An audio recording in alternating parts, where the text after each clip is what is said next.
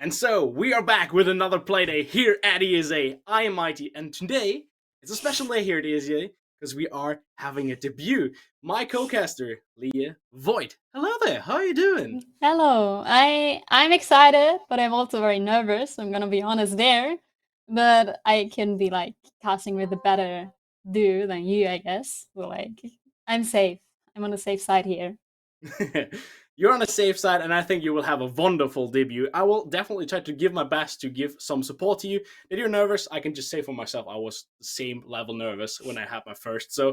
But let's come back into this game. We have a banger of a game for you tonight. We're having the second game in the upper category. And meanwhile, we're looking at the teams that we will see. We go to predictions. So we have some predictions coming in from Holy the staff. And bro. it's very one-sided. So everyone has A voted bit. for Team ViT, whatever it takes, against Team Mxster. Why could that be? We will run into some stats, I would say. Well, it makes low-key sense that WAT is like preferred or the favorite. As you can see, the stats are overall a bit better. They have the better KD, better KUST, and mostly entry as well, if I can see. But at the same time, stats can lie. So that isn't really the most reliable source, of course. It's still the game, everything can happen. So I'm very excited to see who's going to win. Yeah, I can just say from the stats that we are seeing here, we have very balanced teams. Yes, of course, Mxster is a little bit lower, I would say, in the categories than ViT. But as you just mentioned, stat can also lie. I just got proved by that yesterday at Voltage. But if we shall speak, we have two teams and we need some maps. We are in the best of 30 meta, so we will go over and look at which maps we will see. So, Which is actually interesting because when you look at the former record of what has happened, you can see that WAT won dominant versus Aspire in the first round, the 0-0 round, on Club and Border. In the 0-1 round, they won closely on Border and lost on Consulate and Max OT, but then they also lost on Labs, which makes clear to me that they prefer smaller maps, they're better on them, mm, while Master actually lost more on smaller maps and won bigger maps. So I feel that this map ban is going to be very telling on how this is going. so it's definitely also understandable why Skyscraper has been banned so late in and in there by a Mxster. As you just mentioned, they Yeah. love to play the smaller maps that also crosses along the clubhouse, which is like a crossover between small scale and also standard map scale. But if you look a little bit into the stats and say that ViT may also have done some overtime work on these bigger scale maps as considered, or also have played on Night Haven, do you think that there has been room the past week to just adapt a little bit on your lacks, maybe also on the things that you did a little bit falsely, to just be able to play these maps perfectly out through in this matchup? Yeah, of course. They had a lot of time. They could watch like replays of the games of Master and everything. So I do believe that they can be perfectly preferred right now, and that map ban, even though the stats tell you basically that this is the worst outcome from them, that like if they prepared themselves right, they definitely have like you know they had a winning hand. Especially because Master can just think that you know they kind of suck on the larger maps, but if they prepared, they are winning definitely. Okay, that's a little bit out of stat talk. But if we have some stat talk done, we have already seen the predictions, and the predictions go a little bit crossways with the stats that we have recently spoken It's about. true. So, what do you think? Do you think that ViT will have the things, whatever it takes, to get these wins in? Or do you think that Master may have been a little bit in the upper hand, even though they have the underdog category here? I'm gonna be honest. I thought WiT is gonna win if we're going on smaller maps. I didn't like actually in my notes. I wanted to predict that they are not going to go on cafe cons or labs, and that's basically exactly what happened. So maybe I suck as an analyst. Who knows? But I think Master's gonna take it. Okay, so that is the first call of tonight. I will stick with the MG guys. I will stick with a team called whatever it takes because I'm pretty much sure about that they will do whatever it takes to get the win in. Because I've heard some rumors they had an internal battle in the MG org against Aspire earlier, And Mm. there's one more team in MG that isn't qualified already. That's the Minions guys from yesterday. And I've heard that ViT is there, and they want to have the next internal battle against Minions for the next qualifying stage. That will be in round 4. So I would say they are definitely tempted to try their best to get that win done. Meanwhile, also Mxster have had some struggles in the beginning. They've come with a little bit better in that second round, and I think they will be pretty prepped, as you just mentioned, on these bigger scale maps. But when we talk about big scale maps, what are the key paths that we are looking into? We are having 3 minutes of playtime. What are these players done to do in these 3 minutes on big scale maps? Oh, they definitely have to take up some ground pretty quick because there's a lot of ground, obviously, on bigger maps. And yeah, I'm very excited to see if WiT is gonna like adapt to that. You know? Yeah, I'm pretty convinced that we will see a ViT that will change a little bit in their playstyle. But meanwhile, though, to keep a mention, if we just had these stats up earlier, the cost value, also the entry value, speaks a little bit forward. So I think that the aggression parts may also commit in that. As both Vazy is very low on the entry, meanwhile, as well, we have 3 other guys in the name of Ishak, Bankus, and also the Mute in a positive entryways. But also these cost values are in the mid-scale sector, so they have been struggling a little bit. But also it speaks a little bit that they have some type of aggressive playstyle in their building. So I'm a little bit convinced if Mxster isn't prepped for a team that will play very surely on the doorstep and also play a little bit aggressive, they will have some struggles against it. Yeah, definitely. Actually, yeah, definitely. It's gonna be a challenge, but we like challenges, of course. And I like the unexpected to happen. So maybe Master's gonna take it and I am the right one here.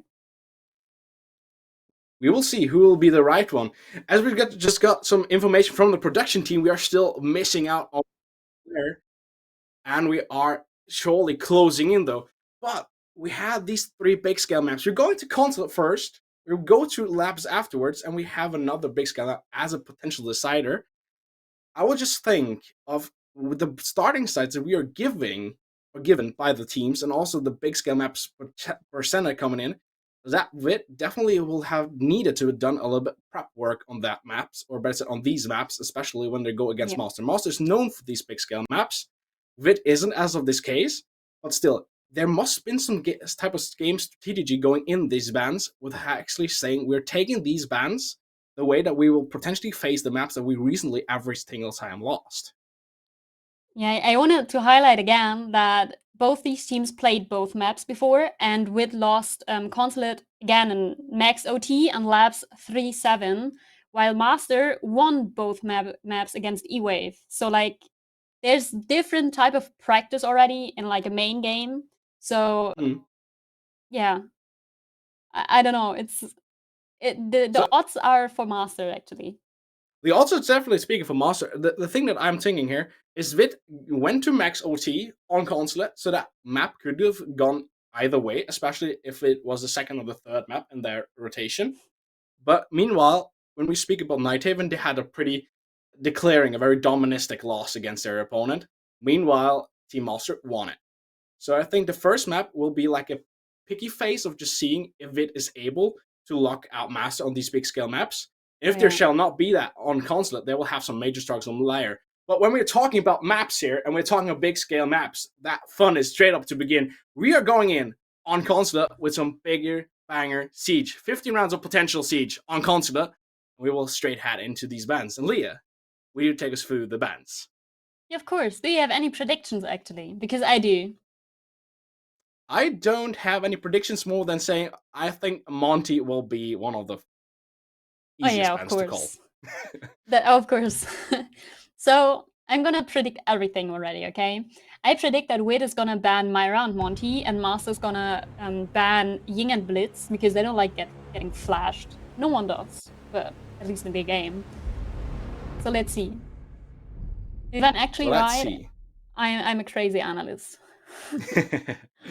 Let's see if Leah shall strike first hit here on the first band coming in. That band comes from Team Master, and she's right with the first as the Blitz is out of the roster. Why is Blitz one of these guys that can be such a pain in the ass if he's coming up close to you, Leah? Oh, especially in that meta we're in right now, it's the most annoying meta. I'm gonna be honest. There, you just don't see anything, and you're easily dead. Like the same with Monty, but Monty is in a different way annoying. Blitz is annoying because he can just kill you easily while you don't see anything, and Monty is just annoying for like plant protection. And if a Monty is played good, then he's like one man army. Then he has a one-man army and one-man menace, and so that means you talked about the meta. Information for you guys. Meanwhile, Leah has strike 3 out of 4 correct ban predictions, but as we just previously, or I previously mentioned, we've got some intel for you. You just queued up some information Okay. coming, and there will be some reworks on the shields. Will they make it that annoying in the near future? Is that something that we shall look into and forward to with a happy face, or is that something where we say, okay, the shields just got picked up a little bit more in these metas as they are been underpicked in the recent seasons, or is that something that we just say, okay, yes, we gladly take it? I think we gladly take it, honestly. Oh no. I I don't want also to take think that we that will do. though. You don't want to That's take that. unfortunate. But as we just previously spoke about these bans, we got 3 out of 4 right. We also got a clash in the building, so that means Yeah. if we shall see shields here, we got 2 opportunities, and both are in the side of the attackers, as we both have a potential fuse with shield, and also an OSA that I call is a shield player. Yes, I don't really think that we'll see those, especially not the fuse with the shield, Yeah. but we have the room to see and be proven wrong. Especially as we just mentioned, we have 15 rounds before heads. We got a little technical break there as one guy falls through the roster in the hands of Team Mxster. I don't know if there were some issues, if there were tech issues or other things. And we just getting some information from production. It will take a little longer, so we will just be back after a short break. See you then. Yeah.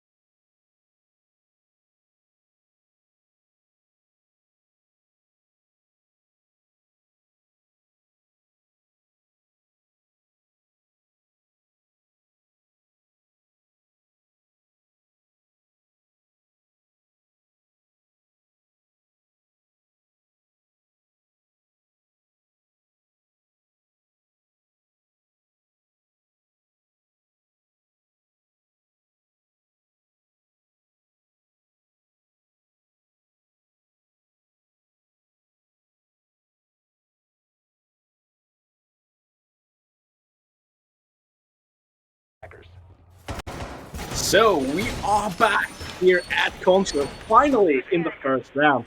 We are up top 4. That already is something I would say is a start. We always go up top 4 first, don't we? Definitely, it's basically the best side if you ask me. It is You know, the best spot. Definitely, I Yeah. don't think there's much to talk about there. After that spot, you often always go downstairs in the basement to gather intel and play the rooms of cafeteria and garage. We found then you go back up and piano lounge up the bar opinion. Do you have some other opinions on that, or do you have another type of spot rotation that you would prefer the more? No, it's definitely that. It's the standard thing on most maps that you first go on the highest floor and then the lowest floor, like the basement. I don't know, it's on Cafe the same, on Clubhouse. It's everywhere somehow. It's very linear, and the thing is why we also very often say and think that we prefer those spots is not only because they are linear to be played, but they're just making it easier for you to play because you're not needed always to play vertical. Vertical play always set you up for a danger because you need to split up yourselves and split the powers. That often can bite you in the ass, as we always see the first commitments coming in. These fast pushes by Team Vid over from that office side, already hitting up the first bullet onto Asta here. That could have gone horrendously wrong, but it did have a good outcome. They're pushing forward, they're not leaving any time as they're pushing on a little bit with some aggression. That's exactly what we expected from them, seeing at their statistics, being overall a more aggressive team. That's like exactly from the playbook. So, I don't know if Mxster read the playbook as well, and they know, or if that maybe surprised them a bit. I have a slight feeling of it did surprise them a little bit, just because they just immediately fell back onto side. As we see, Asta was the first one to get hits done, and he's immediately returned back on side. As the first kill commits in, as Ente finds the first on the Peneche, and then Tonio falls in the second hands of Bankus. Nearly we will have a refrag onto Blacklist. Blacklist is moving forward in that reception area, already getting yellow ping, but no kills coming in. But the swing comes from the smoke and gets the kill done, as we have closed in on these man count advantages. Still though, Team MGBit is one up in hands of category in the manpower. Often they go just to recover and also block off these entries as Ente swings around the Kiba barrier to find the next one onto Asta. He was already down, and Tajima has been pushed, but got some help by Lamb. Lamb gets Ente, but Vazy gets Tajima. Lamb gets Vazy, but Ishak is there to spot out the party and get Tima Lim out of the party, and that way we have the first round concluded in the favors of Team Whatever It Takes. Do you think it would be smart from Team Mxster to go to the same side again after being rolled over like that?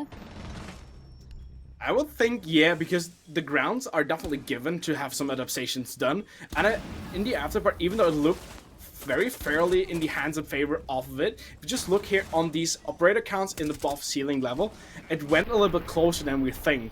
We got a 4-2 going into a 3-2, you got a downer, maybe in the 3-1 going in the 2-1, and yes, the favor was definitely every time held and withheld by Vit, but it was definitely clutchable for them. That was a little bit on an unforgivable position, after my opinion, if just because he was clinched in that position between two forces coming in. So yes, I can understand why they go back up there, but I would definitely also understand if they wouldn't have done that. Yeah, definitely. I mean, they are more prepared definitely now. You can see that by their setup, more centering like back side of the map. So let's see if they can actually defend it better and keeping their mans up, actually, their players. Because they were in a like more or less clutch situation very early in the round, I would say. I get the same feeling, but when you're just saying it like that, they got rolled over, they went directly forced into a clutch scenario. What do you think were kind of the lacks that you maybe saw? Why were they immediately thrown back? Why were they immediately forced to fall back on the side and also maybe get that overrun feeling, maybe get that we need to do a clutch scenario now? What did you see maybe? Well, it was pretty clear that the enemy teams, the attackers, like occupied half the map pretty quick and some of the players of the defenders were just focused on a different side of the map, which isn't wrong, of course. But because of that, I think they weren't able to react in time to, you know, defend that kind of map. Then half the map was gone, and attackers are free to go. Attackers are free to go, as we already see these gunshots are coming. Asta are very low already, but Ishak takes the most damage. He's been withdrawn from 110 and down to 7 HP. Will he fall the first, or will Asta fall the first, or will someone else? I was still looking for that opening frag coming in, but just immense. They're looking at the pressure once again coming in by WiT. They're not taking the time to think twice, but the opening frag goes in the hands of Mxster. As we get the first kill committed onto Blacklist, he's going 2-0, and next kill doesn't wait long as Asta finds the next kill onto Vazy. And keep mention, Ishak is still low on 7 HP as Enta already falls down, gets injured.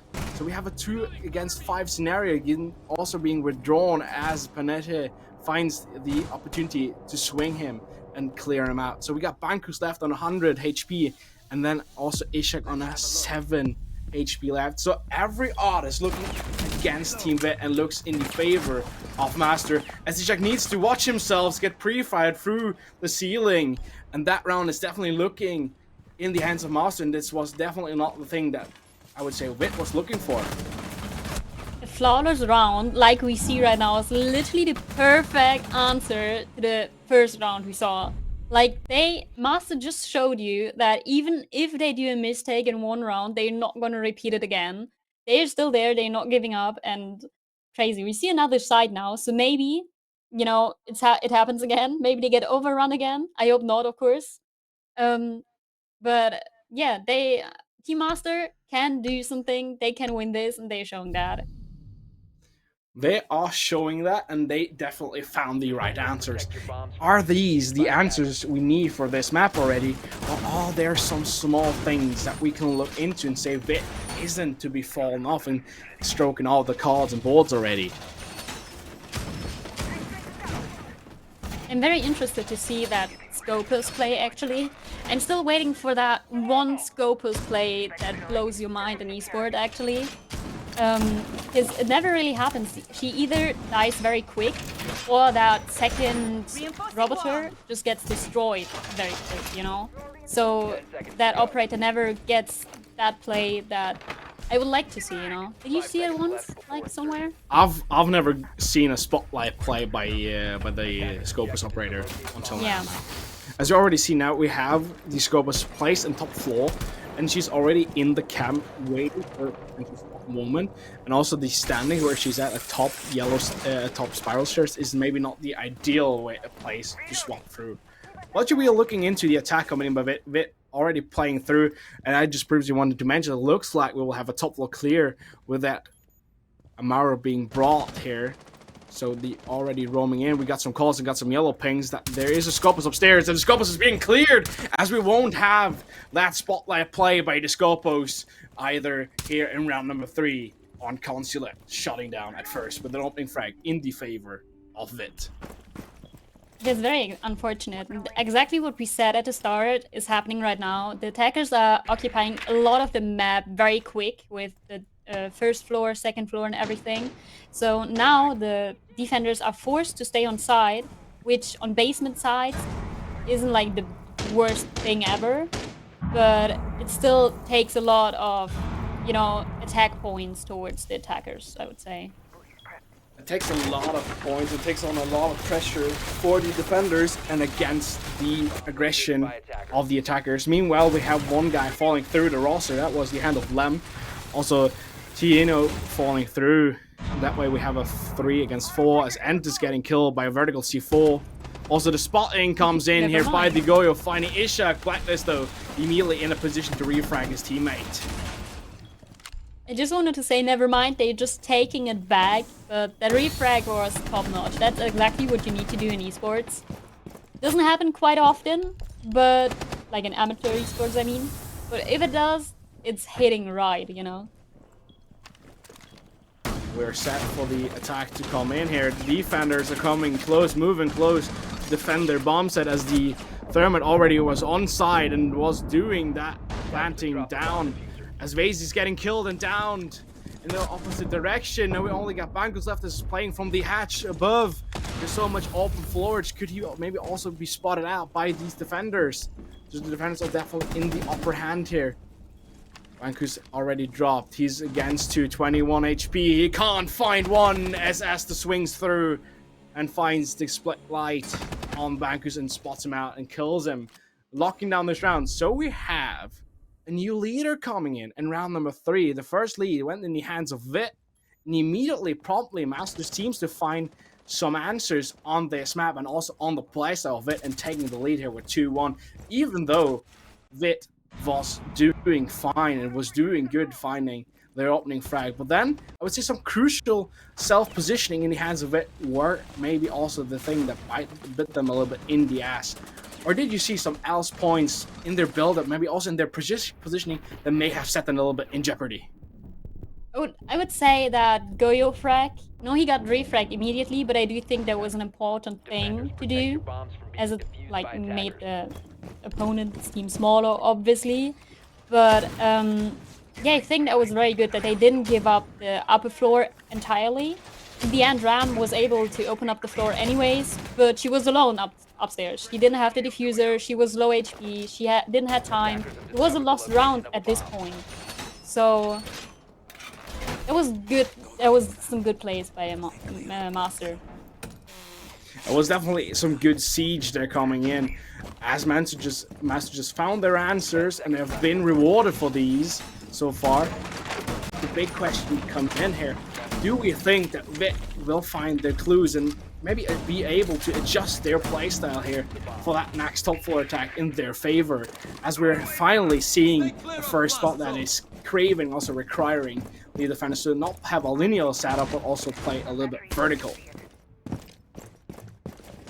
Yeah, we can see already on the new overlay, which shows you where exactly the operators are in which room, that there are already 3 people out of 5 upstairs. 1 is on side or near side, and Fenrir is actually in basement, which is probably for the late flank, or like the needed flank, the emergency flank. So let's see if that's gonna work out, as no attackers are currently going towards the basement, as it seems. May it or may it not work? Isn't that the infamous words we always speak about? But there is one more thing that we need to keep in perspective. We only got 3 minutes, and the attackers are taking a long time to do their first approach lines. Is that something that could cost them daily? Well, definitely. It's a big map, and they got 2 minutes left. And one person, the gridlock, isn't even on site, but the IQ goes down. So goes the Fenrir, though. So we're even manned again. But that the Fenrir dies so quickly, I didn't expect that. Did you? Me neither. And also the first approach is coming in, as we wanted to take some positions. We want to gather intel and also push on these first key positions to be taken here by ViT. Immediately ViT loses the player, but as it's just spoken of in the round number 3, immediately they have some repositioning done, and they have a player that is always able and capable of refragging, having a good position. That is the thing that they need to search for. As you push on that top floor level, there's only one more guy left in the standing corner. Are they able to spot him out and maybe push him out, as that is the next thing they need to do? They need to take their advantage points that are upstairs, because if they don't grab that in the near future, they will have some struggles in the late approach for that last approach that they need on site. Only the castle up there. Oh, and the warden. I'm sorry, I didn't see that. Oh, never mind. It's no one there anymore. Never mind. I take everything back. That went fast. That went fast, definitely. The thing here is they gathered into. They took a lot of time. Now they have 35 seconds left. Do you think that it is set up now to do their final approach and final take on site, or do you just see that we have Mxster in 2 good positions? Oh, I do think it's gonna be hard for Mxster, because the attackers, they are double the... Never mind, not anymore. They can just flood the side. 4v1 or 3v1. And yeah, honestly, I expected that. Yeah. That was almost it's a fair expected. If you get completely pressed back onto the side, also you get pressed in that small room area near the piano plant site, you're spotted out very early on. You're completely trapped. You have nowhere to go, especially with all these verticals being opened already by both two teammates in the defense, but also in the attack. And if you just see, and we have seen in the previous weeks, WiT does not need more than a few seconds to do their final approach and set up themselves for that last and final take.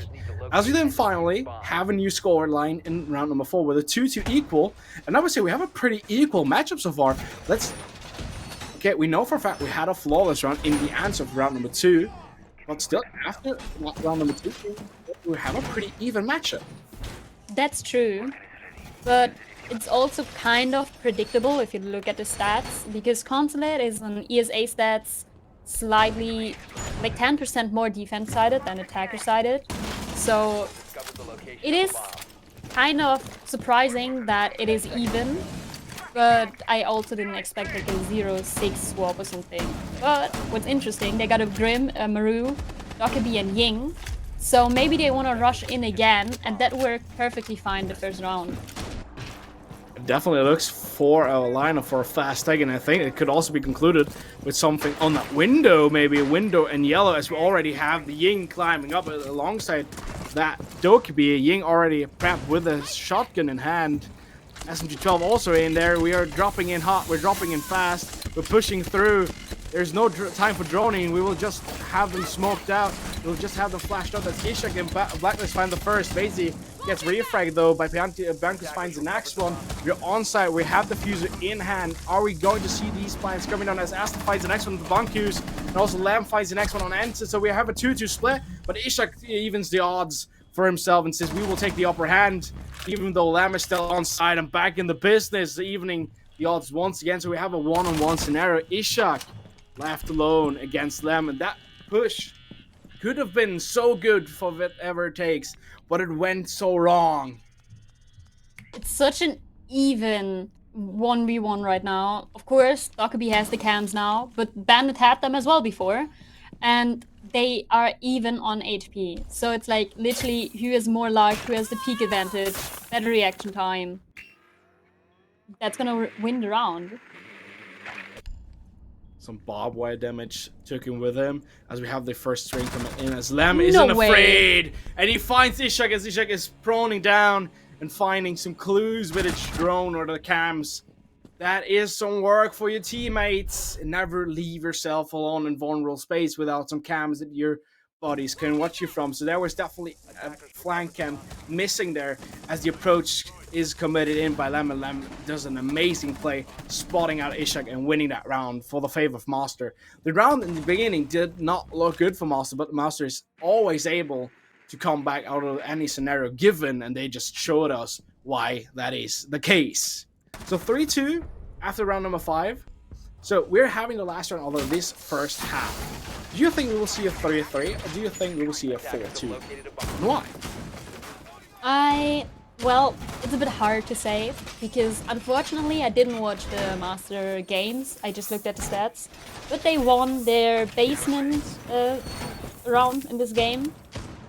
But they didn't have the first frag, so, you know, first frags are always a bit important. They could turn the round the way you want it. So I predicted 2-4 anyways, because I believe in Mxster, and because it's a default swap, so it is called that for a reason. How about you? I would also gather my intel and say that we're always awaited to have a 4-2 split. But since I always like to tell something in one direction and be told, or better say proven wrong once again, I will say we'll see a 4-2 as well for Mxster, so we will have a 3-3 equal split. Yeah, that spawn peak wasn't it, obviously. They are playing more aggressive than they did before, which is in my opinion unnecessary, because it worked before with not spawn peeking and everything, and now they see, you know, it's high risk, high reward, but this time the risk won. And the reward was given to the opponents as we have the first kill committed in here. So spawn pick didn't work, upper hand gained by whatever it takes. That's the next opening frag in their favor. They've so far only lost one round where they've gained the opening frag so far. So that is another stat that I just promptly came up with that is going in the favor of whatever it takes. But meanwhile, though, look at the approach lines. They're pressing a lot of tension here to the defense. That C4 has been hanging on that ceiling of the breach, not committing through, because else that C4 would have done some serious damage to Vazy on the thermite. That C4 was very unfortunate. I think it could have done at least some damage. But well, we see a bit of value at least from the Scopos being a shield there. But she could also flank, by the way. She's still upstairs. Let's see if she can succeed. Well, and these pings are coming in. We are trying to hide behind these shields. Also, these terror drones have been forced in and droned in to destroy these Keeper Bears as we're moving in. We're moving as a unit, and Blacklist finds his third of this round as DJ finds the fourth. The back rotation comes by the Scopus and is spotted out immediately. That way we have a 3-3 equal split here in the favor of whatever it takes. As we now go in that role rotation, and we have seen WiT in the attack going into the defense now. And that means Consulate defended sided a little bit. Do we see a WiT now that will look stronger and take away this map? Or do we see a Mxster that is pretty much capable to win these rounds on Consulate in the attack pretty much as well as WiT did so far? That's hard to say, because one quality that WiT is showing right now is finding the gaps. Like the basement round showed again, they saw, okay, they're not holding the backside of the map very good, so they took it. The same thing happened in the first round. So it depends on how Mxster can do this. But I do believe that this map might go to WiT because of the defense sided. Let's see. Especially because, like the Grim, the PJ Tonio, I'm sorry if I completely butchered the name. He's 1-5, which isn't that like bad on a support role. But on attack, I feel like fragging is valued more than on defense. So maybe he wakes up now and can carry the team. Or at least, you know, get some frags in. Or it's 5v4 basically. I'm gonna be honest there. It's giving some 5v4 based vibes. That's pretty much for sure to tell, as we have one player that is definitely not in his perspective, and also we know for a fact that TJ is up there to prove that he can play a high value Rainbow for his team.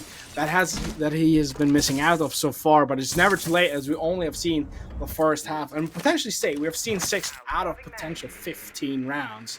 So there's a lot of time to still adapt upon your own skill and also your own play style for this map, but you shouldn't take longer than necessary, as everyone that is now ticking in, especially in the clock for WiT, is waking up Mxster in the serious business of saying we're getting closer and closer to our opponent's match point.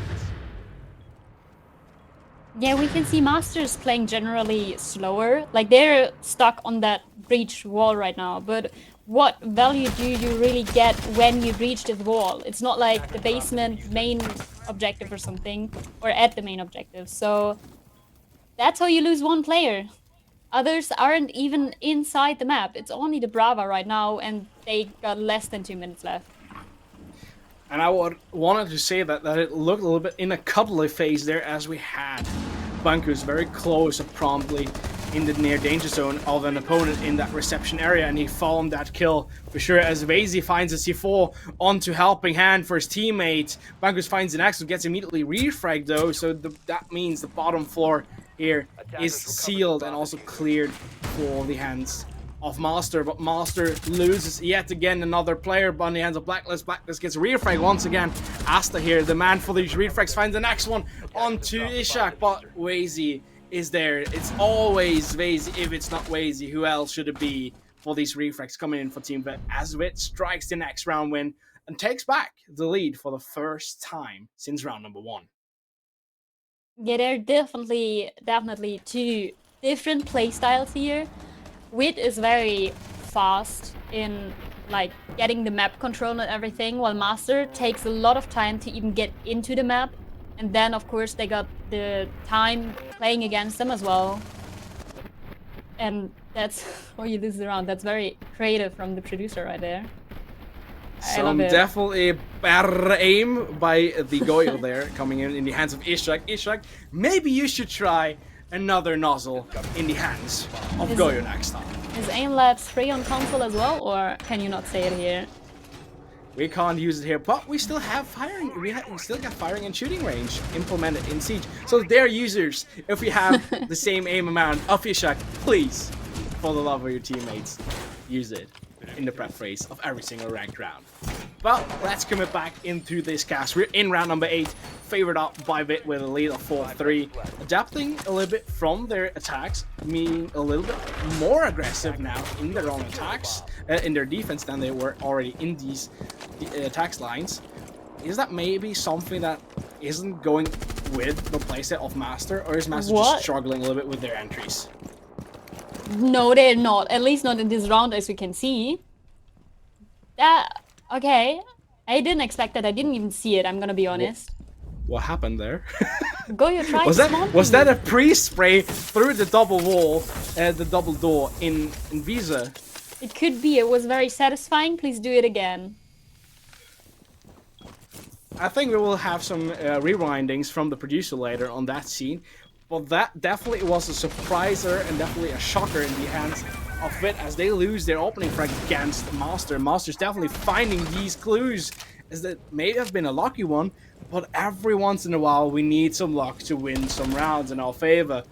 As we still see, it doesn't seem like WiT is being a little bit, I would say, overwhelmed by that kill coming in, as they still look very freely in that Rom section, also not scared for these gunfights. As Black is going for the next fight at server. He's been low on HP and now withdraws his position. That means server is now fallen, as they are able to take it by the attackers if they're fast enough. But look at these attack lines. Also, we're seeing these defenders, they're not scared of being upstairs. They're crouch coming in through the corner, and that kill is easy for Entes. Asta is not ready for that gunfight to be committed, as Lambo finds a refrag on another scale position, and also Entes being the next one on the board as Veneche finds that kill. Lem also finds the next one to Vase, so we have a run over here. Blacklist finds the first one. Lem, does he find the next one? No, he doesn't, as he's been shut down. And that means, for that sake, we have another equalization point as we're going in with a 4-4. And that, my dear friend Future, your prediction in chat with a 7-3 is not going to happen, bud. It's actually crazy. I like to see it. That being my first cast, of course. It's surprising, but also not really. It's kind of hard because, yeah, he saw the feed. He saw these feeds coming in. That's some good eye spotting. Eagle eyes there in the hands of Asta. That's some good play by Mxster. Definitely deserved opening frag with that intel given now and seen. And what actually kind of surprised me, I mean, it worked out in the end, but they breached the main breach, but didn't really utilize it. There was one standing in front of it, the ace the whole time. There was no pressure, really, you know? They were still, like, the defenders were still comfortably walking around, like, upstairs and on side. So, I don't know. I mean, again, it worked out for them in the end, but it surprised me. I can definitely understand why it surprised you. It surprised me as well. As he opened up the breach, there was no force coming back by these defenders. They completely concentrated themselves back in the end of servers. And immediately, probably when he entered that vault, that breach, vaulted through it, immediately that warden turned around and got that kill done and dealt with. So that's very unfortunate timing in the hands of that ace. Yeah. Maybe next time he should have bring a little bit more aggression, also put some pressure on these defenders from a second angle to maybe get some pressure off their backs and also some weights of the backs of his teammates coming in by server. As we already see the next entries coming in here by Team Mxster, they're entering by Visa once again. Also these droning are clearing these first florages as we have these first approaches nearly stepping in case here as the first gunfight are nearly to be committed. But still, nothing happened so far. There's some barbed wire crossing and also blocking off these stairs. Is that maybe that living sheep that is stopping Mxster to push down into servers? It's again the same thing. They are taking a lot of time to even get into the map. They got a few minutes left again. That's exactly what happened the last round. They lost. And especially on basement, like when the defenders are on basement side, I would say it's very important to take upper floor at least. And that's happening now, but it's like half the round gone already. First half of this round already withdrawn, and also that means that these Enteros will come in now, as we will have these gunfights to be forced upon because we don't have more time to slack off. The first kill has been committed on Lamb. Lamb, the guy, the man, the menace in the hands of Mxster with the most kills in hand so far, being dealt with in the hands of the A. So there means no more breaching left. It's only TJ is left with one breaching charge in the hand of that sentry. Well, that striker, I mean, of course. I always switch them up as well, don't worry. They're like so 1 minute twins. left. So 1 minute left, and also these defensive lines are being set in place by WiT. Is that the key? Mxster still needs a lot of time. Do you see any perspective way that Mxster can win this, or will this round go in the favor of WiT?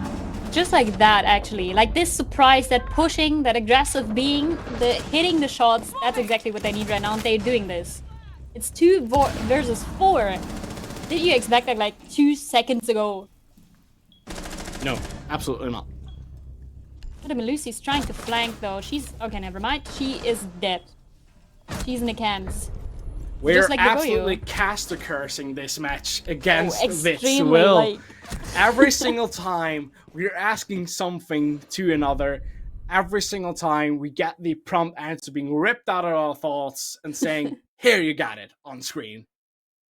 So that means round number 9 concluded. Round number 9 in the favor of Mxster, that just equalized in round number 8. Now back in the lead here for the first time since round number 3. So I would say it's a very even match still, even though we have had that role swap coming in, and we should still see a defense that is stronger than the attacks. But so far, I would say the attackers are a little bit stronger, a little bit ahead of the defenders. If the defenders do a slight and little fail to their build-up, and maybe also their positioning, the attackers always have been capable of turning it in their favor so far. Is there like certain things that you see in maybe the defensive lines here of both teams that is the key why these attackers are always able to come back out of every single given scenario? Well, it was twice on each side, like once on each side. The tried spawn peek, the attempt to spawn peek, which gave the attackers a man advantage very early on. But I think generally that match is so even that even the smallest misstep could lead to a round loss. I'm pretty much picking up with you on that and saying that's definitely the same thing that I have on thoughts here. As we're seeing, there are just mini bits between these teams, and there's always one team finding one little lack, one little hole to abuse and use against their opponents. But this time, though, once again, Bankus and WiT finds the opening frag. It's once against Lem here on that breacher, so that means no more breaches are getting open wider than they already are. But still, we've seen so far, we've been told and shown by Mxster they're capable of coming back from any given scenario, as Bankus is the ones to fall. That is a straight refrag, a little late refrag, but it is a refrag indeed in the hands of Asta as he finds that kill for his team. So we have a full equalized man count. Is that the key? Is that the opener for Mxster to gain their point here in round number 10 to go match point for round number 11? Or will WiT find these clues and find these operators in the hands of Mxster and shut them down early to get the 5-5 equal? Things are happening much faster right now, and I love seeing the Nuke, by the way. She's such a good operator if used right. So she got her first frag. I would say she is getting used right. But well, they got a Valkyrie, which is a counter, you know. Like the Nuke is the counter to the Valkyrie. So that's actually pretty nice. So definitely reading into the lines of their opponents.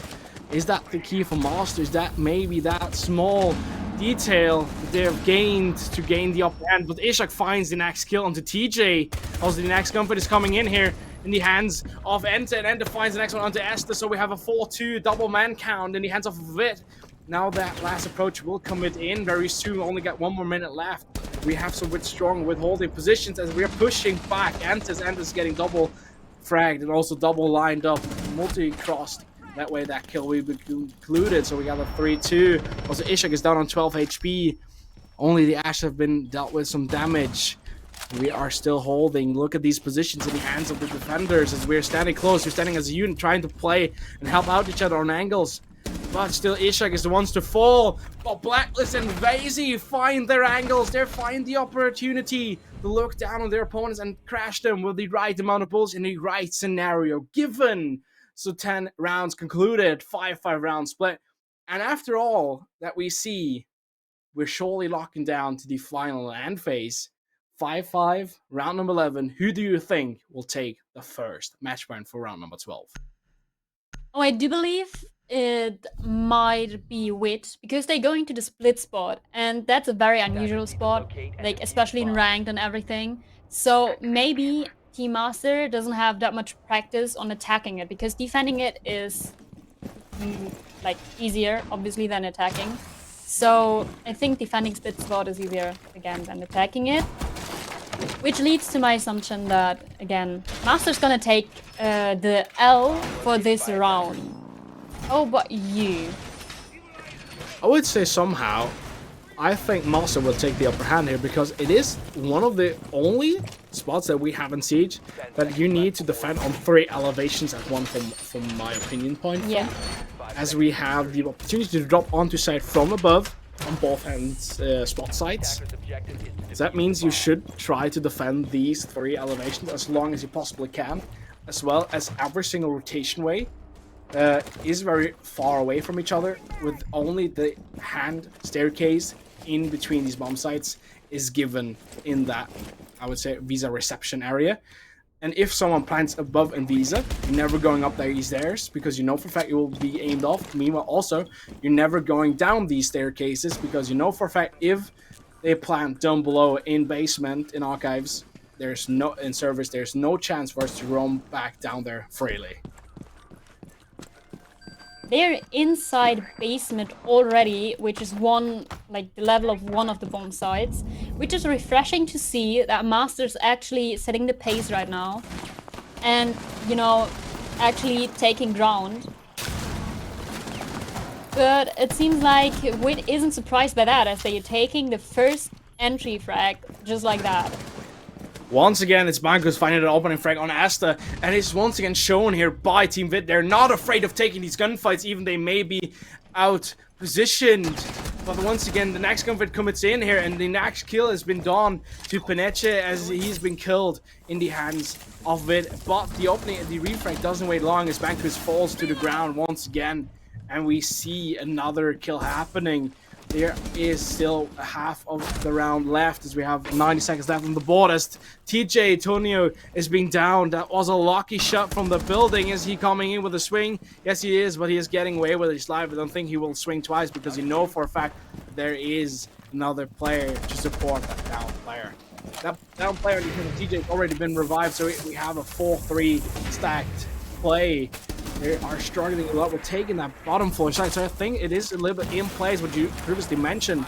They're struggling with their approach in that spot, maybe because they are having lacks of experience on that bomb side. No but way. The swing is coming in. Way. We're getting Blacklist, getting Ishak, and then getting entered. Vazy though finds TH.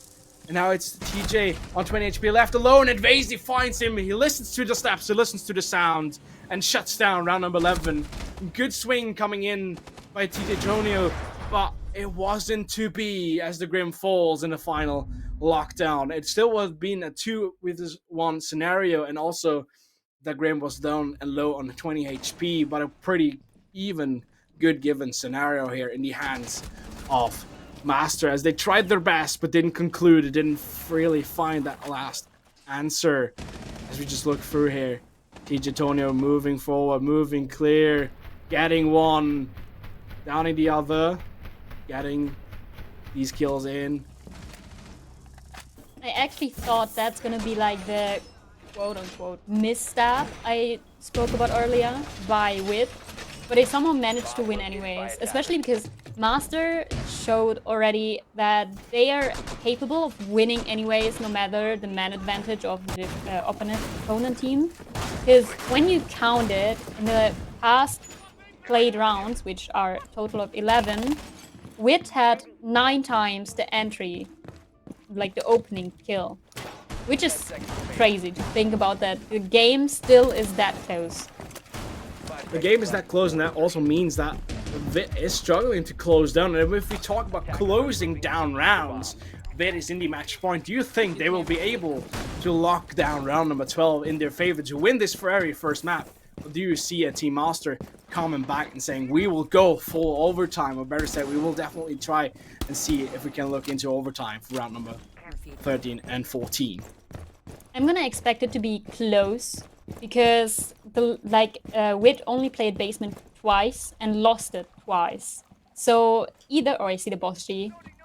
That's gonna be a fun round. So either they win it very close or they lose it very close, because I don't think they would go on basement on the last possible round. Okay, never mind. Okay. Boss G had very much value down. Now we have seen the first kill being concluded in, and it is in the hands of Asta.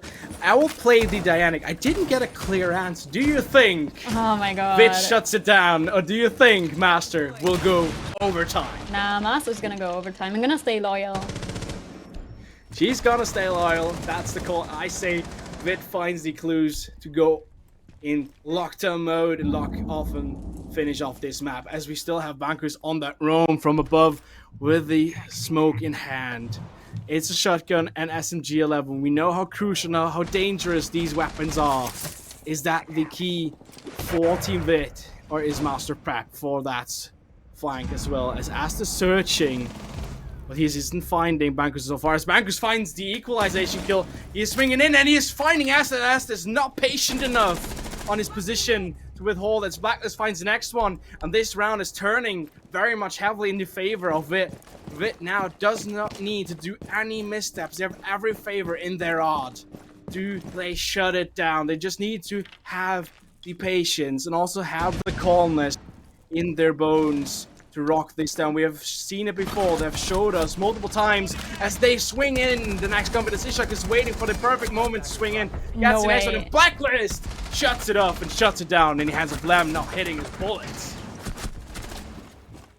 Well, I'm gonna take the prediction L. It's okay, I predicted the bans right, besides that second attack ban.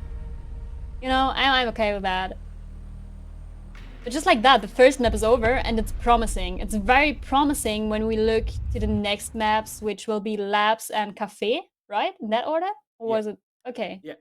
So I'm very excited to see what else the teams can bring to the table, and if WiT is gonna keep it on a 2-0 or not. Yeah, I'm thinking the same thing. I will definitely look into with a lot of patience in that second map, as we've spoken about some stats on Nighthaven. We will take them up once more in a little while. But I just got to mention in Blacklist going 15 kills on that map. Oh yeah. Very well done.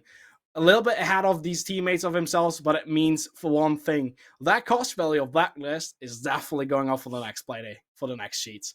Oh, yeah. But before we talk a little bit more on the next that you'll see in the hands of Lair, I think we'll take a quick break. We'll be surely back. Grab something to eat, grab something to drink, and we will see each other right back on map number 2.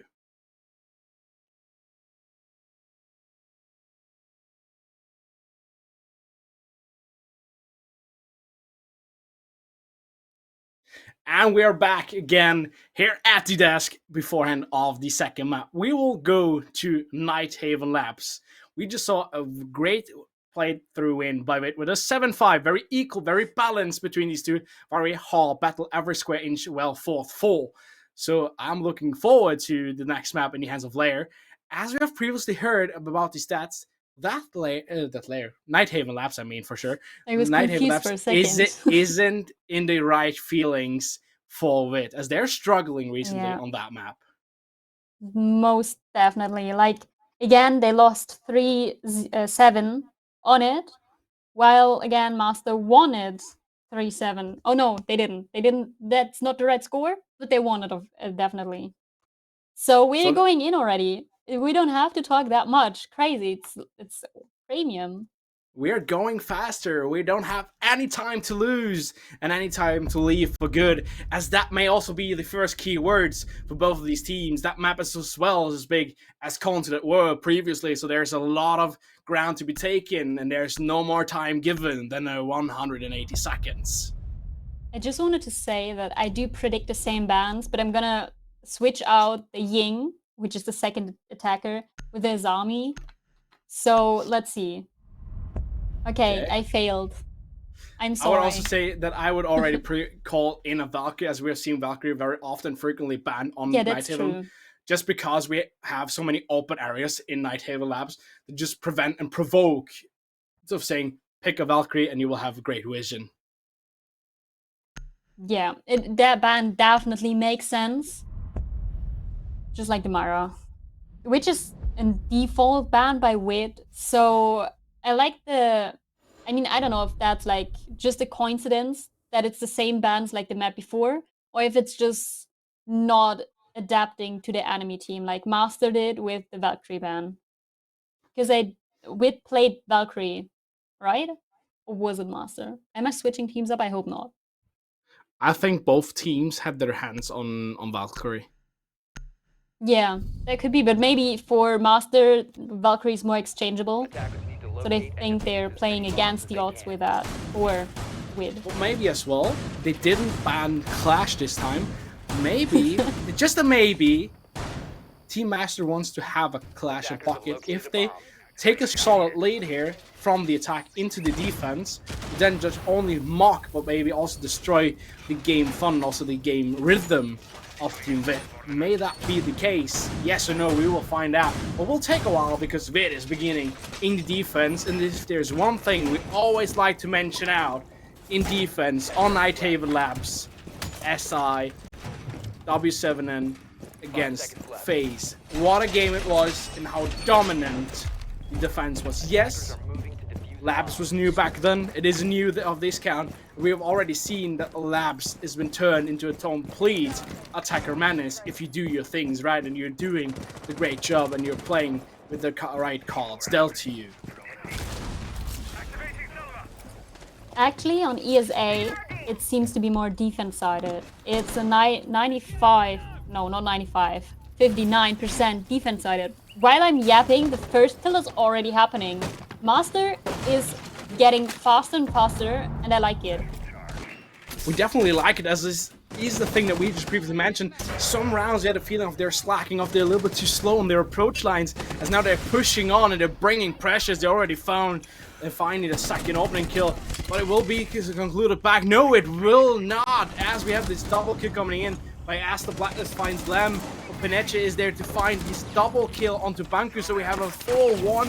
What an overrunner we have seen. We had an overrun by WiT on the first map in round number 1, and this round number 1 is definitely, without a doubt, going in the hands in favor of Team Mxster. What a round! Blacklist was able to deny that flawless round there, but that was a sign. Like, that was already a stamp, basically. Team Mxster told them, hey, we're not here to play. We lost the first map, which was very close, and we don't want to make it that close this time. As I tried to say in the first round, Nighthaven Labs is supposed to be defense-sided, and Team Mxster was like, yeah, fuck that. It's not. Not when we play. It's when we see a clash. It's not defender side as long as we play. But recently, as I just previously mentioned in before and at the beginning of the first round, we have seen multiple teams lately on Labs always adapting more and more, and these attacks and the defenders are struggling more and more as we just continue on with this map. May that be in case of we're having more practice on these maps? Do we see more plays on these maps? Are we able to gather enough intel to find the right, the perfect attack so far? I would say that is definitely something that we need to keep in perspective. But as well as we see the lines have changed a little bit, we are in that basement section and we have indeed an unbanned clash, and that clash will be picked up by Vasia in the very second round. Which is surprising to me, because Vasia is, like, in my eyes, a very frag-heavy person, like a fragger, you know? So putting him on a shield operator with the clash is surprising. Let's see what he can do with it. Maybe we see a clash clutch, who knows? Clash is a little bit much to ask for my opinion though. Well, it is a potential. It is a potential, but let's see where these defenders are drawing themselves and if they will get some attention, also some distress by the attacks. And these bullets through the wall out of a random sound given were nearly lethal against Team Mxster, as Mxster is down on 8 HP with his Jackal. And also the kill by Ishak is found. Beautiful swinger, beautiful hitted by that Boss G. That one is definitely one to have a look upon, as it means that Ash has been dealt with and the favor goes to WiT. As well as we just saw privately downstairs, already some Maverick Burning Torch has been done, as we've seen some headlines on that main breach. Also the withdrawn position of Bankus has been given, as we have already had a guy in from the attackers pushing on in that kitchen area. Even though Ishak isn't afraid of standing high, playing aggressive against only stealing time, we also see that there's no tempting by these attackers to push in that breach sector. They're trying to open a little bit more as Ishak finds the second one to Asta. Asta's promptly into move. He's forced to move as we are losing time once again. And this time that kill does not find his favor, but is going completely against him, as we have a double upper man count in the favor of WiT. I just wanted to say that, like, the Clash got so much value right now when the Jackal was still alive, which he isn't, but same goes to the Bandits. So Mxster finally found a frag in their favor, which is weird to see, more or less, because the Boss G, again, high risk, high reward, but also the Clash. So they got two operators with the, like, not so good guns, I guess, and also the Echo, who's mostly in camps. So it's surprising to see that Mxster lost the man advantage so quick, and Ishak doesn't care. What the fuck? And also the team coordination with Bankus, Ishak, and Bankus pushing forward into Animus, completely clearing it out. And then once of all, we have a 5-1 scenario, we have a 4-1 scenario. We aren't afraid of taking these gunfights, as we saw that privately on console. We are bringing those back in the hands of WiT here on labs, as we are pushing and we are forcing that headline being burned open on that main breach, and we are clearing it out in the hands by Enter, wanting to have that kill in his favor. So, one round given to WiT, and it's equalization into round one. Very balanced game once again, even though this round looked a little bit more doministic again in the other way around. Ishak was such a key player there in that little 90 corner he was standing in the whole time. He did such a good job as a roamer and player in general with that Boss G in hand and the SMG-11. He did everything you could ask for, you know? So he was a key player, very amazing players play there. I'm completely with you on that call. That call definitely meant something, and I would say so much as that round was some of the clearance giver for WiT, as they are definitely showing that they have done adaptation work. They have been back at the drawing boards, prepping themselves for a map that they currently have had a losing streak on and not played so well at. That also means Mxster is definitely in a position that they need to watch themselves so they don't get surprised by WiT, as WiT has just previously shown and proved that they can be up for these surprises and hit you low if you're at least aware and want it to happen.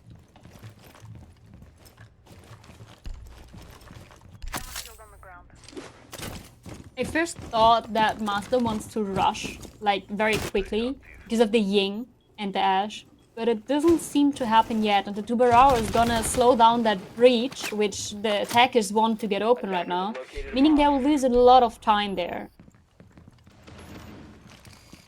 They will lose a lot of time, but they're opening these breach lines, as already they have cleared out both the Cade and also that Mute Jammer, but the C4 is in to hit as the Sentry finds his kill alongside the help of Ishak with the C4 coming in. And that way we have a near dealt with kill, but the push onside is coming in as TJ finds Enter, Esther finds Blacklist, but Ishak is there to continue his run and shut out the hands of As also Lem tries to fall back in position, maybe withdraw his hands, also withdraw his plays, and finds a kill. As Ishak finds the next one and finds the third! What a beautiful kill, and what a discoordinated play by Mxster. Goes completely wrong. Trying to flash out, flashes don't hit, and Ishak is up there with that shotgun in hand. The TSG is such a pure madness weapon. It's so dangerous, so crucial if you force yourself upon and against it. That C4 was thrown perfectly on the heads of Lem on that Windows angle. And that way, also look at Ishak there on the position, forced and clinched into a double position. They thought they flashed him. No, he didn't. He gets the third. He gets the fourth. Down low at the connector breach, and what a beautiful round in the hands of ViT. And that next again looked a little bit surprising, a little bit lucky, but still somehow a little bit doministic in the favor of ViT. Their attack just fell apart like a card house. It's crazy, especially because the main part again is Ishak. He's on fire right now, and it's crazy. It doesn't matter what gun you give him right now, the Boss G, the Kite shotgun, now the mute shotgun, it doesn't matter. He's gonna frag shit out of Mxster, and they are not finding any counter against it right now. They're not finding counters, as you just previously mentioned. Also, you're surprised that Vazey's playing a very defensive role, as he's also now not on a clash, but he's on a cast, and the next operator is very defined, also very defensive in the playstyle. But we just see why. He doesn't need to be active, he doesn't need to be aggressive, as Ishak takes the plays round to round. It also brings a lot of force against these Mxster players, and you just mentioned it. Mxster is struggling to find a clue and then finding the answer to adapt upon the scenarios. That also means WiT has one card above Mxster's. Mxster is struggling, and will that take long, or will Mxster finally find these clues that they so dearly need? I don't think Mxster has a lot of intel on the operators because they picked the Brava. Of course, she can hack the mute and bandit charges, but it only destroys them, so they could play a Twitch as well, you know? Or like anything else, any other breach support. Of course, you can hack default drones or cams, but if that is that really that valuable, it can be destroyed relatively easy, you know? So I don't know if they have a lot of intel. I mean, neither think that they have a lot of intel, as you just see these approach lines coming in from very weird angles. And also these, I would say, fire torches coming in and just burning open small holes that could potentially be danger close. We have a Banku's standing very close with the Boss G. We know for a fact that that Boss G is heavy hitting. Well, another thing that's heavy hitting is a C4, but the C4 is getting refragged immediately by Banku's. And that on Banku's, and that way we have a 4-4. Even though Asta is low on HP, 35 HP left, we're having a very aggressive playstyle in the hands of Vazey. Still, Bankus has fallen. Ishak still is in play. We have lost 2 minutes nearly. And that way, we have another struggling in the hands of Mxster. Mxster's using a lot of time finding the kill on Antidote, but immediately, once again, the refrag in the hands of ViT by Blacklist. He's finding the kill. Blacklist, though, getting refragged as well. Now we are concluded down a little bit in man count, in man force, down to a 2 against 3 scenario. Do we find an axe? No, Vazey doesn't, as the Ash finds his triple, or her triple, and Asta finds his kill onto Ishak, and that way, we go with a 2-2. Every single round, we get the feeling one team gets an upper hand feeling, finds some clues, and adapts upon these clues of saying, we will show you that we can be doministic against you and not leave you any ground. Immediately next round, we get told the other way around by the team that we can come back. It's crazy because I feel like in that round it was very clear that WiT had the upper hand, because they kept refragging and evening out the man count. But the second they stopped refragging, stopped being able to refrag, it all fell apart again. And Mxster was easily like able to win the round for them. And evening out the round count, as he said, the map score, whatever. It's crazy. It's such a nice game to watch. I love it. It's a very close game. It's a very, I would say, defined game. By finding clues and adapting upon those as quick as possible, as every team, also from the concept that we saw privately, are having these small lacks. They're having these small slack of moments where they do these false things and they immediately get told and also get spilled by the opponents every single round coming in so far. So is that maybe the key impact of this map so far, and also the priorly map that we just saw? Is that small lack that we see once in a while by these teams the final point and teller why these teams win the rounds that they win?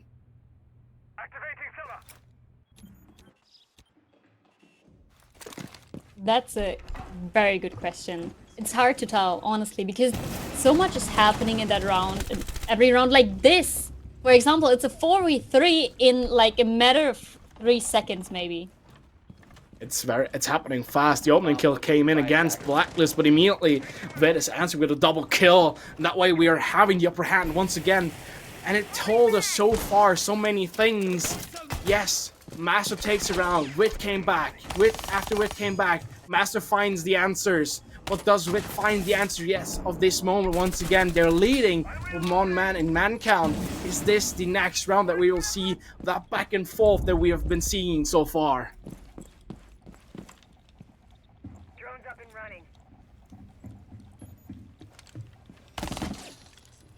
Jones coming in.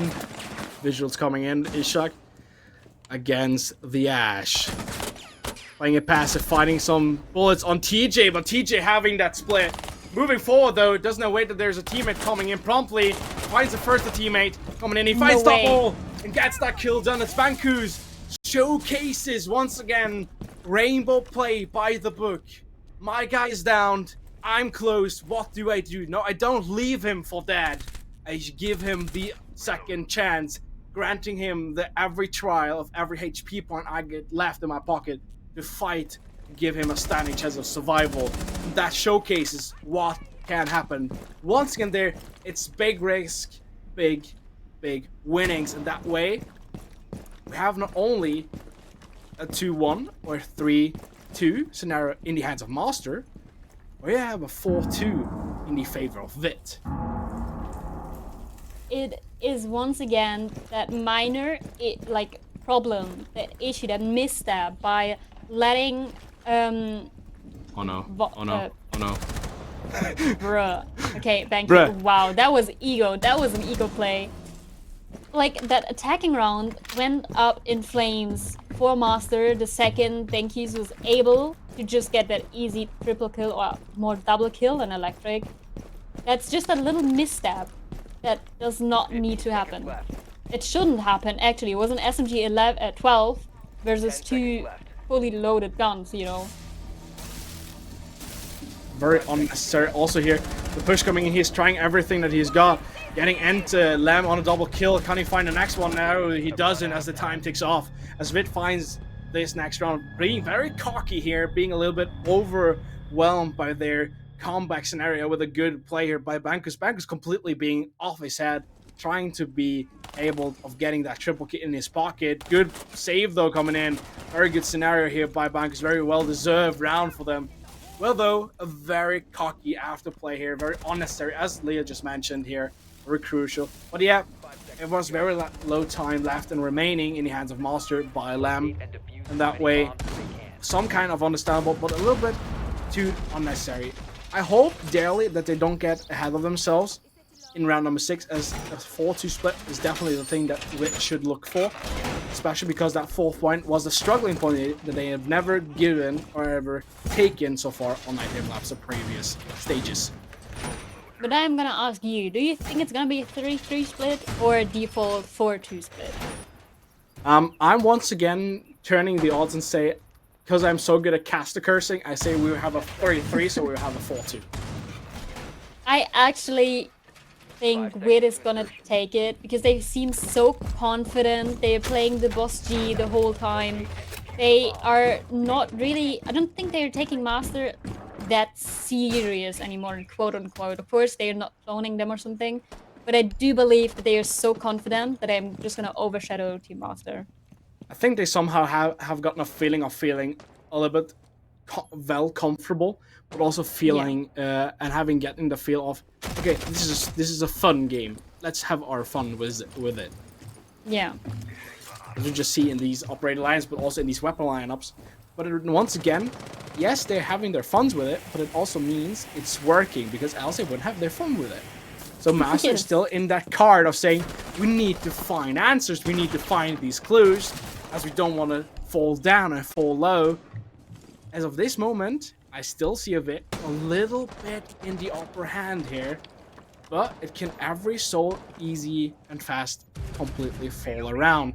But Vazy finds the first onto Lamb. And also the next kill wasn't surely far away, as the Ash just approximately got away a split second too early here, but the chase is happening. Banku's coming in from behind. He's getting that kill, and he's doing some body shot as Ishak falls in the hands of that Ash, but immediately that body shots are being reduced, and also they are doing some revenge as Asta gets the kill onto Bankus. So the cockiness continues, but it's getting revenged by Team Mxster. Mxster is saying, we're not taking these disrespects for granted, and we will showcase you. You have to take us seriously, and you will have respect us. Meanwhile, the Shadi is coming in by Enta, gaining the upper hand once again, giving Asta a little smack after the smack Asta gave back to Bankus. So still opportunity gained for ViT.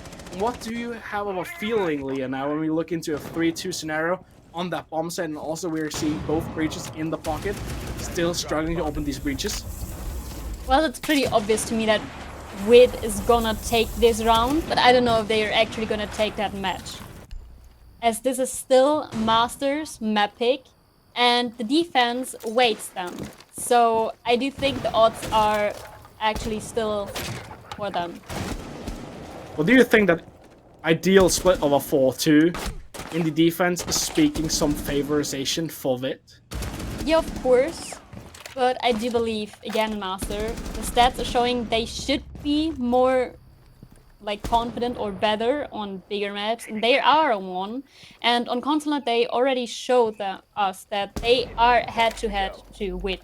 Like, they're not the like not so good team or whatever. They are even if that is a 4-2 split. I do think it's gonna be very close again. So my reverse caster cursing worked, as we saw the last kill was committed in here, in the hands by the Tuberao, but a very cheeky angle coming in there on that main breach. So that also causes in a 4-2 split, ideal split in the hands of ViT going into the attack now. And also one thing's proudly to say, ViT has so far played a little bit better in their defense lines than they have done in their attacks, but still further, better just said, in the present past, is that they're better in their attack lines than they're in their defenses, and so we will see if they can bring that aggression. And also one more thing, now I'm taking over a little bit for Leah here, because that is something that she hasn't seen in a while here. Recently, the past weeks, we're seeing a trend that I spoke of, that the attackers are getting better and better on Nighthaven. So I'm pumped to see if also ViT brings the same, or if Mxster stays calm and cool and says, no, Labs is a defender-sided map, and we will show you guys that it is. Well, Team Mxster has something, a condition that WiT doesn't have, and it is that pressure of knowing you're one map down, and now you are even 2 rounds down on your own map. Of course, you're in defense now, which can be a refreshing thing for your mental, because, again, defense is supposed to be easier, but, you know, I do think that it affects them at least a bit. I also do think so, and especially, is that a positive or is that a negative? Because pressure never is good, as unfortunately, we have a drone to be killed by Ishak as he is putting the Bravo drone out of her misery, and the push is being concluded in as Bankus is pushing into Kitchen, doesn't find someone, takes a lot of damage there though with HHP left on the board, taken down. Ishak though finds the opening for kill once again, as ViT is taking the next kill for granted, saying we have done some good grounds. Asta also roams away, very unlucky as he's been spotted up by Bankus. Double opening frag in the hands of ViT as they're taking that lead and they're pushing on. The first time ever we don't have a smack back and forth here, 4-2 split.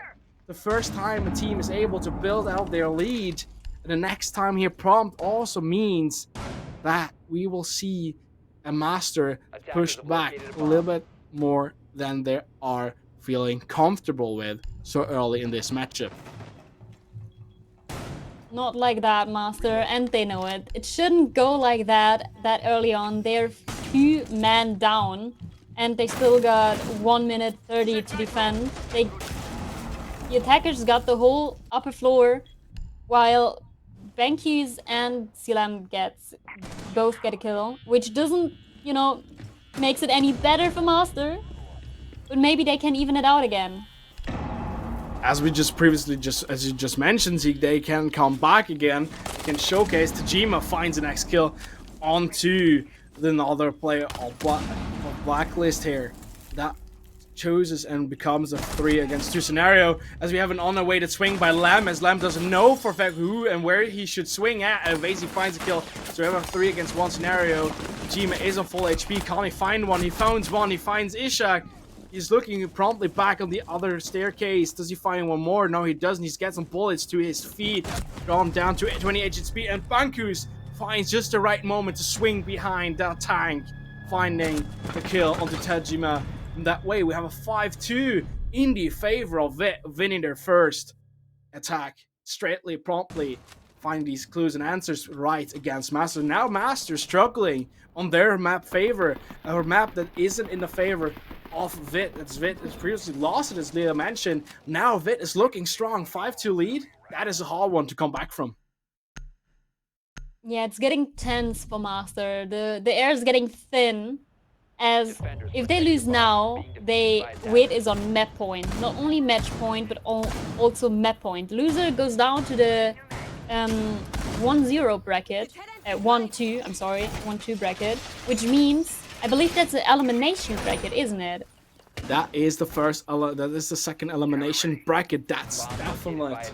And that way, that is a team of these two that will go down there and have to fight for their lives next round. As one team advances up and still has 2 lives left, of course, 1 life left to go back down into these elimination match chambers. But so, that is something for the next round coming in. Both teams will give their very best to don't happen to go down there, as they just want that win coming in, going 2-1 and having these qualifying matches either up next week.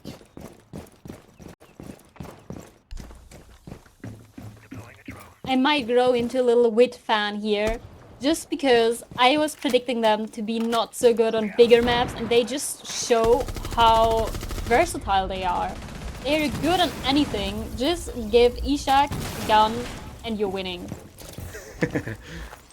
Okay, that was a little bit hard to say against Mxster, but I take it because somehow it is right. It is definitely giving some concrete ideas of how this matchup really works so far.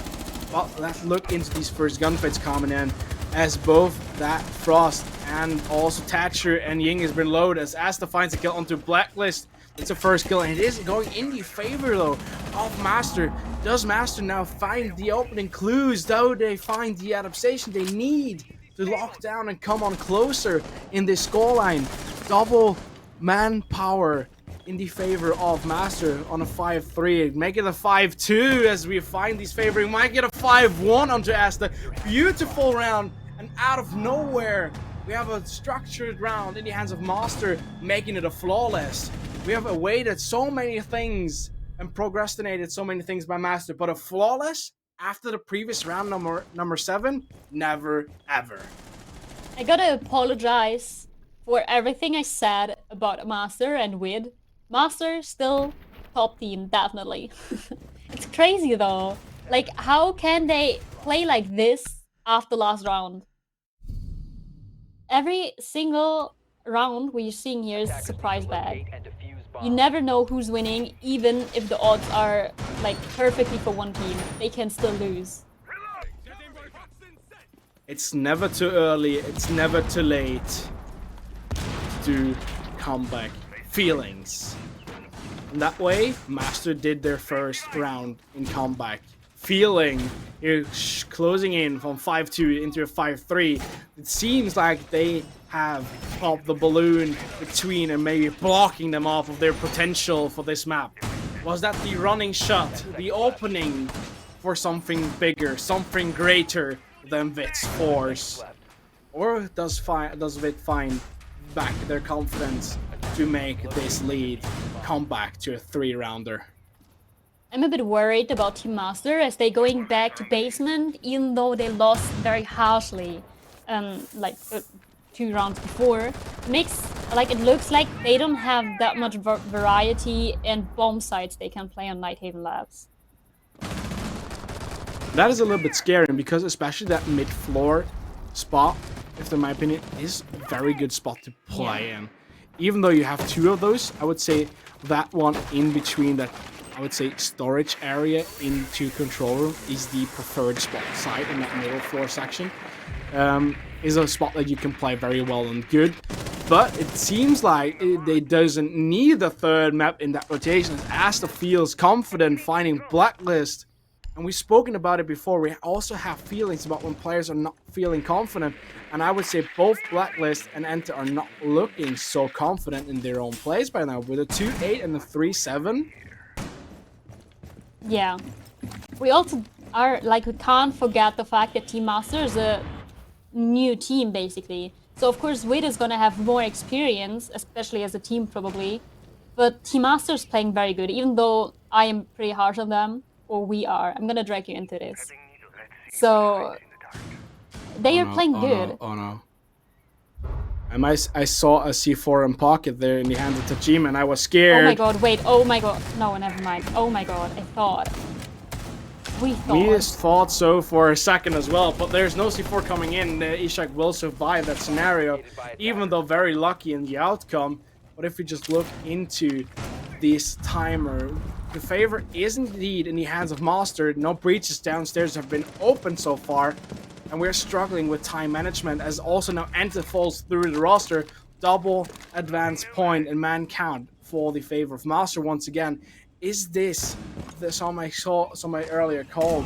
Is this that round? Is this the round that we are searching for?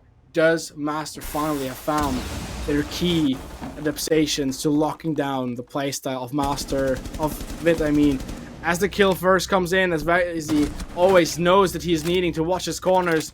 TJ though finding the kill on Bankus, Esta finding his double kill onto Vazy, and it's only Ishak left against Fawn. This one is an impossible round for him to take. He's finding some bullets on that Warden. He does kill the Warden, but it's down left on 16 HP. 16 HP against nearly 280 HP is nearly promptly too impossible to rock, as there's 11 seconds left, and there's also Cam spotting him out and pointing out these yellow pings, and the swing comes in by Mxster, closing in yet another round to a 5-4. Is this the beginning of Mxster's comeback?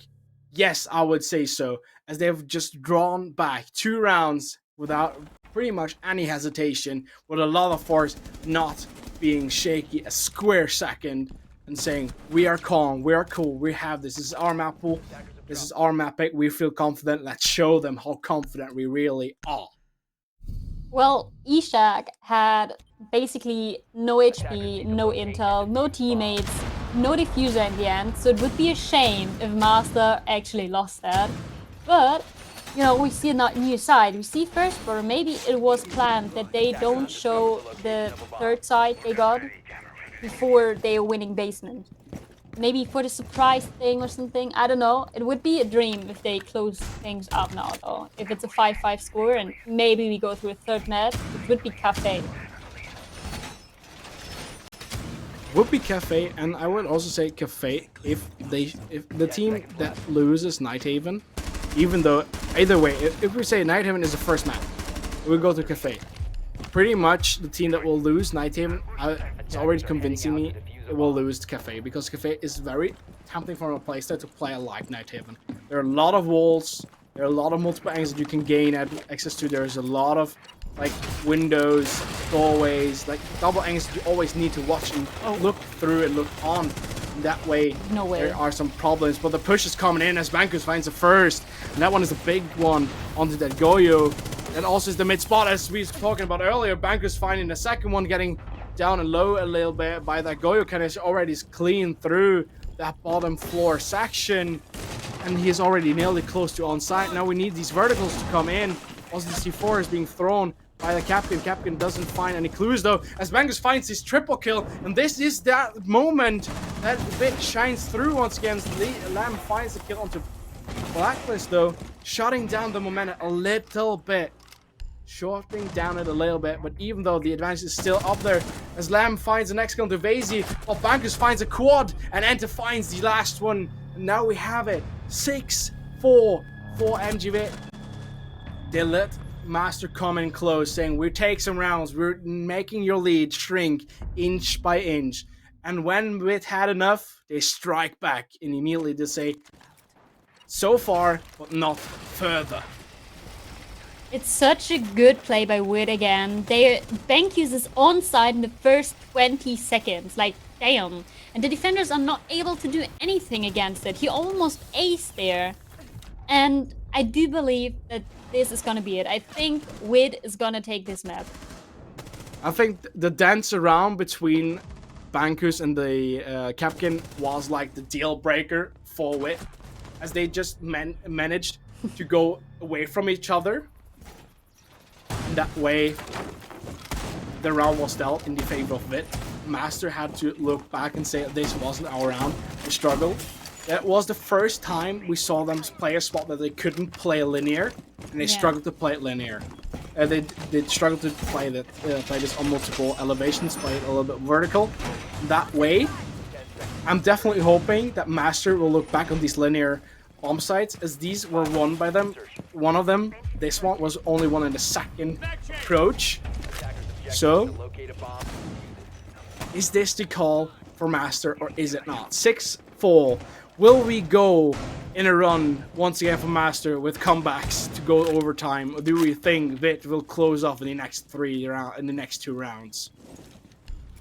Again, I do believe WiT is going to take it, especially because Mxster is not taking a timeout, which is surprising. It's weird, because why aren't you taking the time to talk through some things? This round is everything. The next 3 rounds are going to be everything. Especially now, as you just mentioned, you're completely standing with your backs against the wall. There's no second chance now anymore. Yeah. Why don't you take that breathe of taking, okay, we're standing with our backs against the wall. No pressure, guys. Come on, concentrate. We can do this. We know how to do this. And it doesn't seem that they need it, as Asta finds the first of the Bankus. Is that the first of many this round, or will ViT come back? No refrag though coming in by ViT, as Ishak though is crawling, sneaking in already, trying to figure out where Asta went. Maybe he will find him in a later combat, as Asta is moving into storage, and already Ishak is awaiting him somehow. The bullets rain down. There are some gunshots coming in, and there's no bullets to be hit on the target. As he finds it, and Asta tries to swing. That was a nearly perfected kill for Asta, but Asta isn't able to pick it up, as Ishak is just a little bit faster on the flank. So we have a 4-4. This one is a pretty even round. We lose a lot of time. 4-4 in man count. We move in closer onto site as Ender's moving in. Does he find the next one? No, but Vazy does it. He's locking off the angle for his teammate. We have one outside in connector. We have 2 on that control room. Blacklist finds the next one. There's a 4-2 double man count power in the favor of ViT. Is this the closer? Is this the closer of the evening? Anta finds the next one on TJ. It's only Tajima left against 4, and this will be a hard one. Can Tajima make himself the legend of tonight? 40 Mxster, or will ViT send him down to elimination? And ViT, by the hands of Ishak, sends them down in the elimination chambers for next week, as they only take match point, but they take map point and seal it off for this night. WiT just did what WiT can do best, and that's flooding the side. Team Mxster didn't manage to find an answer to this movement by WiT the whole time. It isn't surprising that they won that. Look at Ishak and Banku's crazy stats, actually. Like, damn. Crazy stats, both going double digits, doing a lot of work. Still, we have Blacklist down on the 2-9 and Enter down on the 4-8. But they also did their part to this matchup. They did their assist. They also did their pressure coming in, and they cleared a lot of utility for their teammates. And that way, drawn, well-deserved and well-played out team win by ViT, after my opinion. Winning maps isn't potentially going in their favor from the place of the maps. They definitely proved me wrong. I think they proved you wrong as well, Yeah, didn't they? definitely. It's So also crazy if you think about it. We didn't see a single diffuse. we did not see a single diffuse, but we didn't see so many plans either, what's pretty often happening on these bigger scale maps. Yeah. As soon as you win one spot for your side, you very often go for that plan. That did not so often happen, as these teams just met up with each other very early in these entryways and these entry sections, so these plans wouldn't be concluded. But I would say we got convinced wrong. Still, I would say congratulations to Master. You had a great Definitely. performance. You showed us that you can come back from any given scenario. So I would say they are definitely good and given to come back for the next round. But if we talk about next round, we still have another matches coming in this round of next week. So we have the next match coming up right surely for you in the next week if we can get the visuals of that. There it is. We will have on the 28th of October, that is now next Monday at the same time, 1930 CEST, we have Entropy Gaming and Smolotov, two of the major big German teams on the clash once again. We have seen these matchups pretty often lately, and it's very often going in one side and the other, so it's very alternating, so it will be a harsh force of these three maps, and I think that will be one of the few that we will have this round where we will see three maps coming in. So next up, we will see some in the brackets, and now we see the first adaptations happening. We have about Mxster going down into the 1-2 section. Meanwhile, as well, we will have WiT moving up there besides Minions on the 2-1. And that also means we got two MG teams up in the 2-1 category. We could potentially get a third next week with Aspire. So that's intensely. I don't even want to hear it, Musa, but it seemingly screams like another MG internal battle. And I will be down to cast that one as well.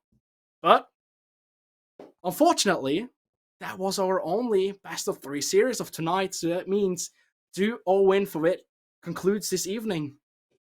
How unfortunate, but I would say it was definitely time to say goodbye.